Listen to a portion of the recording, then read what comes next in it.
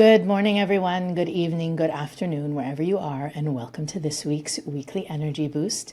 My name is Elisheva, and I am here all by my lonesome to share with you this week's wisdom around choosing your frequency. As we talked about last week, the month of Leo is intense, and we can actually leverage the intensity to accelerate our own process, our own growth. It's almost as though when you walk outside with a candle on a sunny day, it's not that bright. But if you walk into a dark room with a candle, you light up the whole room. And this time period ends up feeling a little bit like that. Like there's so much darkness that we really do need to make sure we are being a candle. And sometimes it also feels like against the darkness, what difference can we make? So I think this is a topic that we haven't addressed directly, and I'm really excited to dig in with you guys, knowing that, again, we're in the second half of the month of Leo, which tends to be lighter than the first half.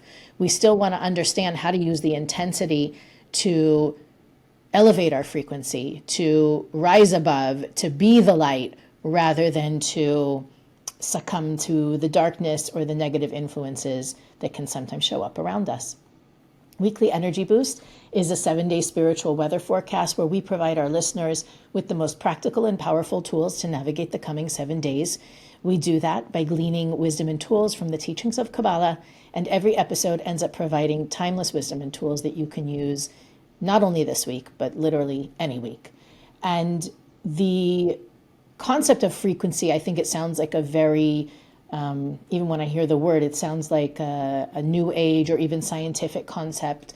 But the truth is that in the spiritual sense, our frequency, our vibration is one of the only things that's really in our control, in our complete control. And I think there's a few ways to look at it, and hopefully I'll do my best in articulating these ways, not only to look at it, but to strengthen it or elevate it, and also how to use our frequency in our environment to support others, to be a driving force versus a passive passenger in our experience. So last week I actually talked about that like attracts like, right? That part of what cultivating closeness with the Creator means is aligning ourselves with the qualities of the Creator, the likeness of the Creator, being more light-like. And in that same vein, according to Kabbalah, we don't attract what we want, we attract what we are. So, I mean, my teacher, Monica, often says, right, you have to be the person you want to marry, be your soulmate. Would you want to date yourself? And it's it's a different angle, but it's another way of saying the same thing. When we operate from lack, from fear, from anger, from desperation, from arrogance even, we align with those things. So if you align with anger or fear, you can imagine what that might do to your frequency, to your vibration. When we shift to a higher frequency, a frequency of certainty, of sharing, of love, of openness, that's really what opens us up to removing the limitations. And what do I mean by that? And we can look at relationships as a great example. Let's say you have a certain person that's out there that's meant to be yours, meaning is going to be the best partner for you in this lifetime to help you grow and you to help them grow. But your frequency or the place that you're operating from now is a place of fear of not finding the right person, fear of not finding the right person in time to start a family, fear of being alone, fear of settling, fear of needing to settle. And when you operate from that place of fear, you attract someone who meets you there, right? You attract somebody who's you will have to settle for. Your consciousness, which is essentially the broadcast of your soul, is what's going to create the movie that you experience. It's like the projector. So that if you're projecting fear and worry, you attract a reality that you should be fearful and worried of. Versus, and I know it's kind of oversimplifying it to say certainty, sharing, love, and openness, but this is not a concept in physics, it's a spiritual law that the universe is going to meet you where you're at, and not, it's like dress for the job you want. Maybe that's another physical way to talk about it. Being the person that you would want to marry or you would want to date is actually a way to elevate your frequency out of that limited place and into a place of expansion. Now, why be in a place of expansion? Explains to you the benefit of that. Your consciousness is basically your frequency. Right? I said before, it's like the projector of your movie. So if every thought, word, and action emanates a vibration, if your thoughts are fearful, if your words are fearful, if you act out of fear, you're lowering your frequency. And so you're going to experience life at the frequency that you're on. Now, how do you know if you're vibrating or if you're operating at a high or low frequency? Look at the course of the last 24 hours in your life. And again, annoying Kabbalah asks you to be honest, to be objective about what you're going to look for right now. Would it be correct to say that you spent more time expressing your negative traits, being a victim, being angry, being upset, being irritated, being arrogant, selfish, conceited? Think about all the negative traits you might be able to exhibit. Were you operating, did you live more of your last 24 hours in that mode? Or were you living more in a mode of compassion, humility, openness, certainty, empathy, positivity, and really being able to say, okay, in the last 24 hours, granted, I'm sure you slept, but let's say in your last 18 waking hours, if you can say, well, I had a really hard day yesterday. I was probably 30% high frequency, 70% low frequency. Think about what that frequency emission is asking for. So that if your mindset was, life is hard, I'm never going to be successful, I'm never going to find the right person, if you're a radio station and you're broadcasting that, who's listening, right? I think that's also another really good metaphor for it. The frequency that you broadcast at is what attracts people and situations to you. Do you want the 30% positive, 70% negative reality? Or do you want to change it? And that's really the ultimate question to ask yourself this week, is how consciously am I choosing my frequency? That's why the title is Choose Your Frequency. Your frequency is not a product of your childhood and your upbringing and your religion and your socioeconomic situation. It is a constant choice. And if you are not choosing, the default is low frequency. Not because you're negative or something is wrong with you, but that is the nature of living in the physical reality. Yes, you are 99% soul and 1% body, but while in the physical world, the weight of the body, which is emotions, ego, intellect, the nature of that is heavy. It's natural to be brought down by all of that influence. That's why in Kabbalah we learn that, and I'm going to share with you at least one tool to elevate out of that, but if you're not consciously choosing to be proactive, to be mindful, to be empathetic, to be a force of goodness, by default, the non-choice is negative.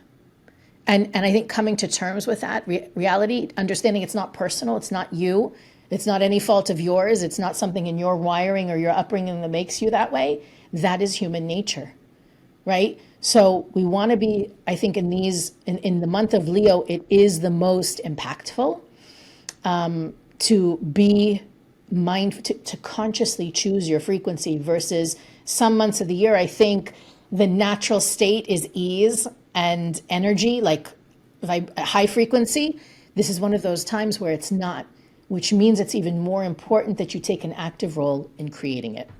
And if you're asking me, which I know you are, what is I would say the most powerful tool in shifting, right?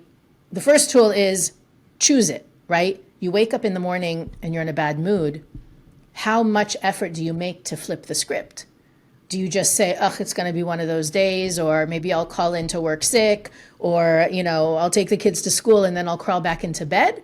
Or do you say, you know what? No, I'm not going to be a victim of my mood or what I ate for dinner last night, or the fact that I didn't go to the gym yet this way. Like, you're not going to be a product of your choices. You're going to choose to elevate and make different choices. So I think the first tool you have is to choose differently, is to choose to be in charge of your frequency and not the victim of it. Once you realize you're operating at a lower frequency, what do you do? And I think this is maybe the more, the place where Kabbalah departs from the conversation. I'm sure a lot of spiritual wisdom out there and a lot of self-help and thought leaders will say, you have to make the conscious choice to be a force for good. That is a universal, I would say, universal teaching, universal recommendation.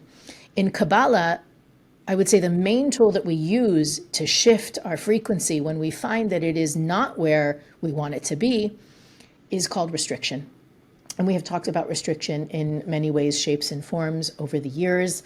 What restriction really means for today's discussion, without getting into all the nuts and bolts of it, is to pause and to choose a higher response rather than operating from ego, from entropy, from human nature, right?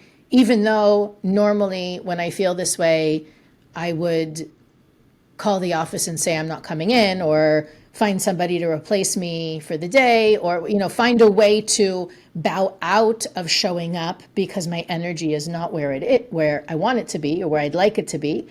Instead, pausing and saying, wait, what's a higher response than abandoning ship? What's a higher response than calling it quits? What's a higher response than blaming and shaming other people to offset my frustration? What is it? And again, of course, it goes back to last week's episode also about that closeness in essence with the Creator. But there's always connections across weeks to the energy and to the opportunity, especially in a single month. But in the moment that you're able to pause and shift, even if it's 1 degree higher, even if it's, I'm not going to call in sick, I'm going to go into work and I'm going to get a triple shot of espresso and I'm going to listen, I'm going to put in my AirPods, I'm going to listen to high energy music until I just break. I'm going to fake it till I make it. Faking it till you make it is a higher vibration than calling in sick and shutting out the world for the rest of the day. So it's not about, and this is something that I actually had a conversation with a good friend about, something that I realized about myself over the last few years is that one thing I know really helps me shift my vibration is exercise. That the days that I exercise in the morning, I have a much better day. And I realized about myself that I have a perfectionist mentality about this. Like if I can't exercise in the morning, I'm just not going to do it. I'm not going to exercise at 4 p.m. It's not worth it.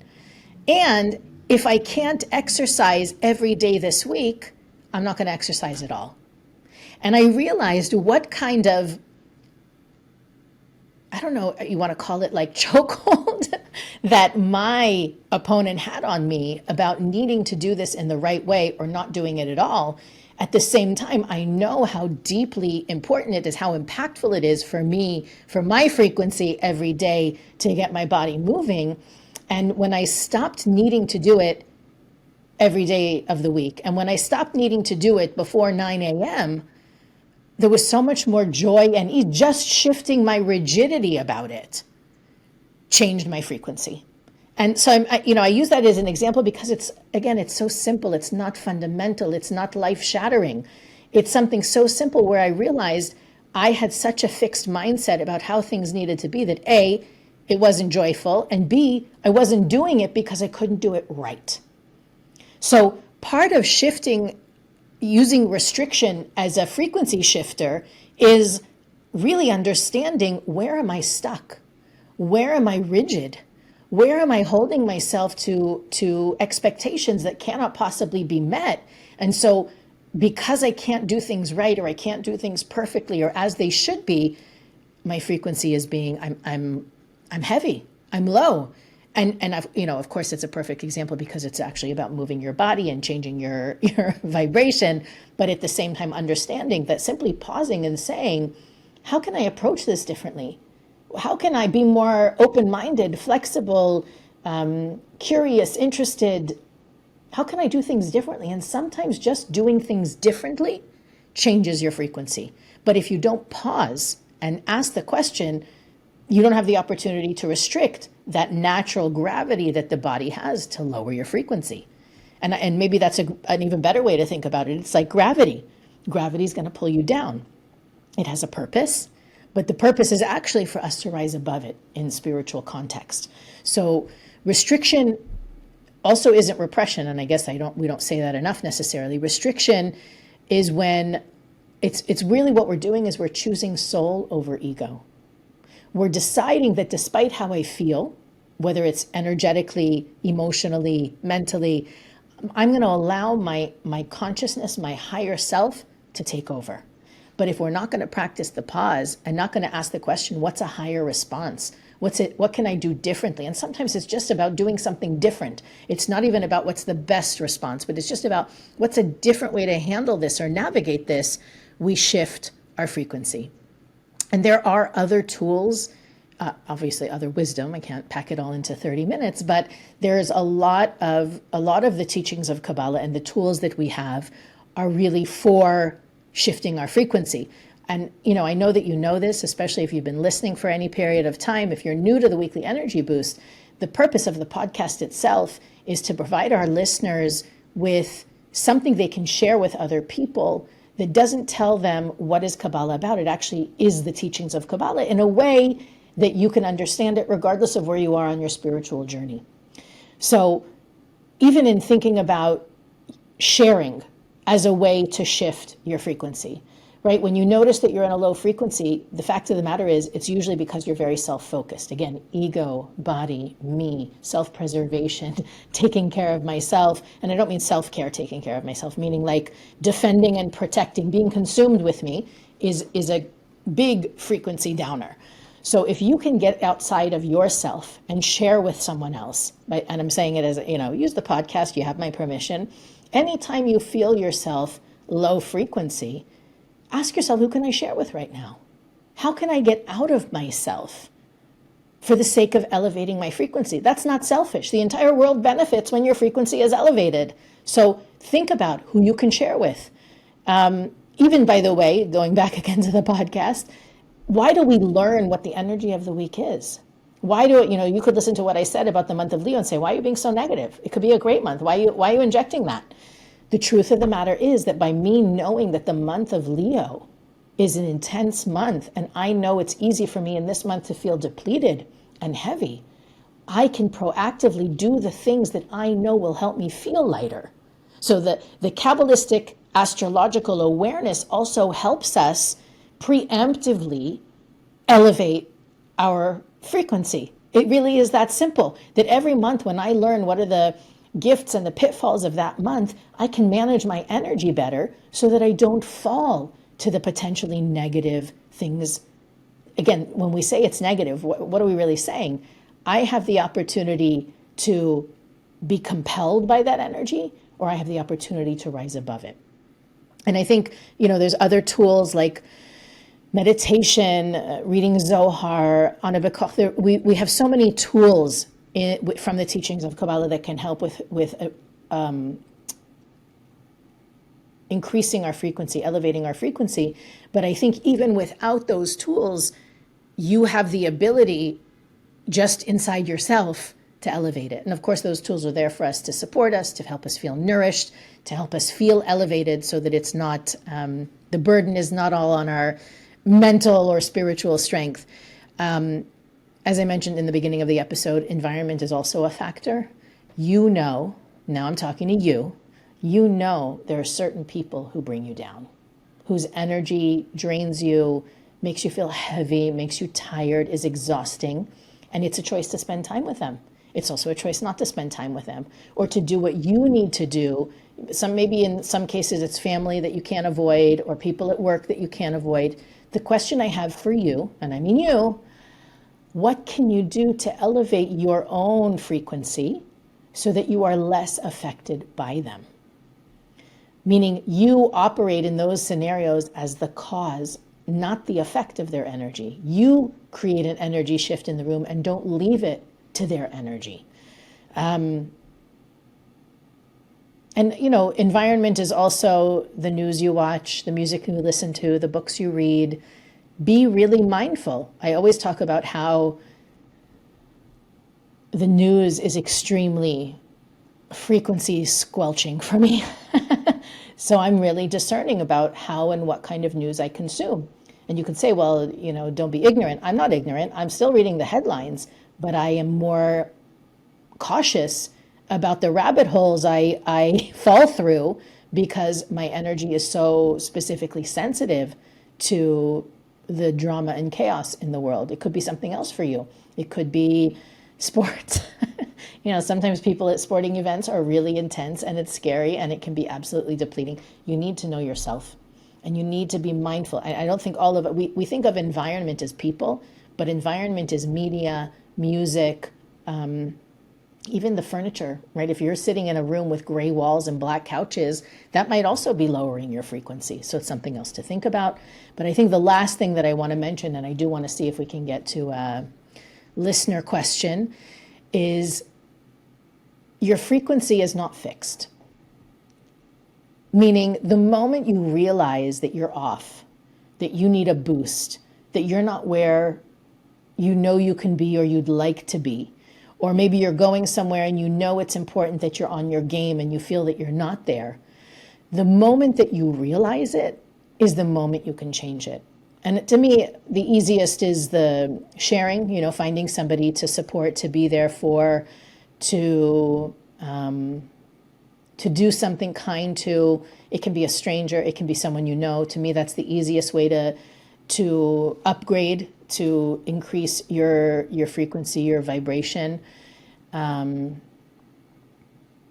to know that the moment you realize it is literally the moment you can change it. And sometimes it's just the realization, wow, I let myself be drained by that friend. Or wow, I spent too much time reading about the disaster in so-and-so. To be really conscious, to pay attention.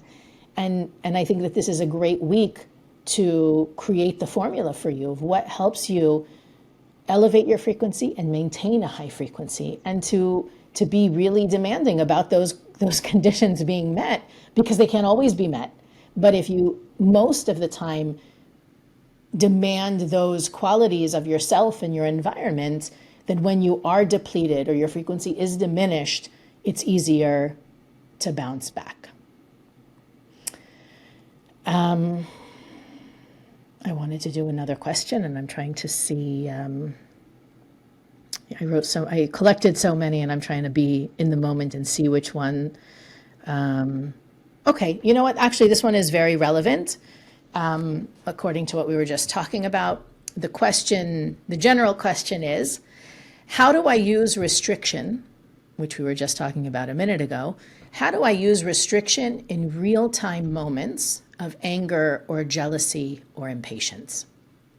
And lucky for me, I just taught a class about anger recently, and so it's fresh in my mind. So that was also why it's an easy one for me to use.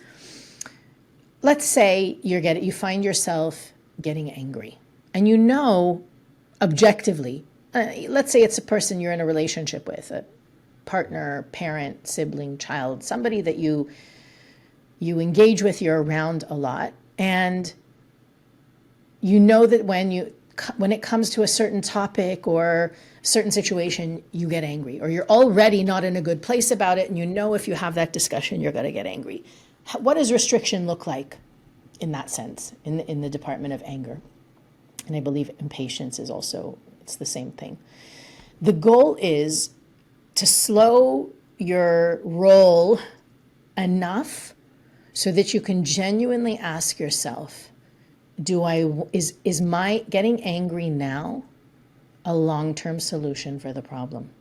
that you have enough of a pause and enough of a slowdown to ask yourself the question, is getting angry what I really want to do right now? And the answer might be yes, and then let it loose. But if you slow down and you remember, I love this person, and me getting angry in the past hasn't changed things, so me getting angry right now isn't going to change something.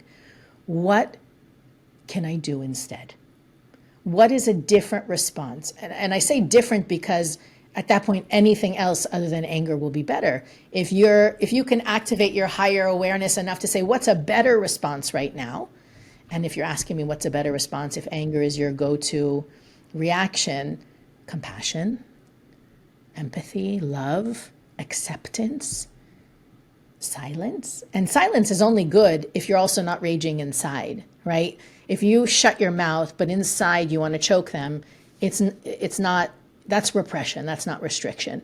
Restriction is, I'm going to put aside my compulsion, my urge right now to get angry, and choose a different way to reveal light. Because anger reveals a flash of light, and then you're in darkness. There's a rush of energy, and then the light bulb bursts.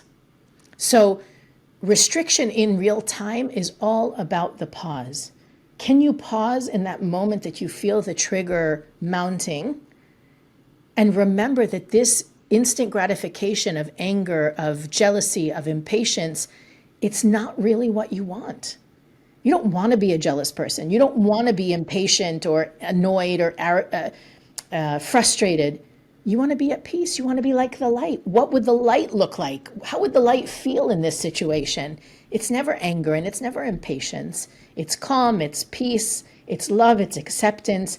And that doesn't mean, it's not a contradiction. You may need to have a boundary with the person who makes you angry or impatient, but being more light-like is always going to lead you. The quest to be more light-like is always going to lead you to a better response. So if maybe the old you used to throw a fit, and the new you, today's you, is going to pause, breathe, and say, you know what? The story I'm telling myself right now is this isn't going to change, and I need your help rewriting the story. So you're still kind of getting angry, but you're asking for help to not go there, already changing your movie, already changing your frequency, already changing the trajectory of the repetitive situation that keeps getting you angry with this person. So really opening up to restriction is really about opening yourself up to being fulfilled, right? The anger is going to fulfill you for a minute. The impatience fulfills you for a minute, right? You feel better than the other person. You're annoyed with them. You get it out and you feel better for a minute, but it's not a long-term solution. Restriction is about pausing and seeking an alternate way to be fulfilled in that moment that's going to result in lasting peace, not temporary feeling good and then this situation happening again later. I hope that's helpful. I know that many of you have written in over the years and asked different ways, shapes, and forms. My brother's on a negative path, and I'm obsessing over it. How can I let it go? That's the answer to the question. And so continue to send us those questions, to write in. Sometimes it's appropriate to give all the details. Sometimes I think it makes more sense to summarize the question. But hopefully that's been helpful, and I want to hear from more of you. So send us your messages. Weekly Energy Boost is available on all podcast platforms, YouTube, Facebook, and Instagram. You can follow us there for additional content to support you in living what we talk about every week. You can also go to our website, weeklyenergyboost.com, where you'll find our archives, things we think are important for our listeners to know about, as well as the send us a message and the donate button. You can help support and make Weekly Energy Boost possible by donating to the cause. But as always, the best way you can support the cause is to share this episode and help Weekly Energy Boost get out in front of more ears and more eyes, and hopefully tip the scales so that there's less of us struggling with frequency, and that the greatest struggle is how can we share more of our light. We'll see you next week on the Weekly Energy Boost.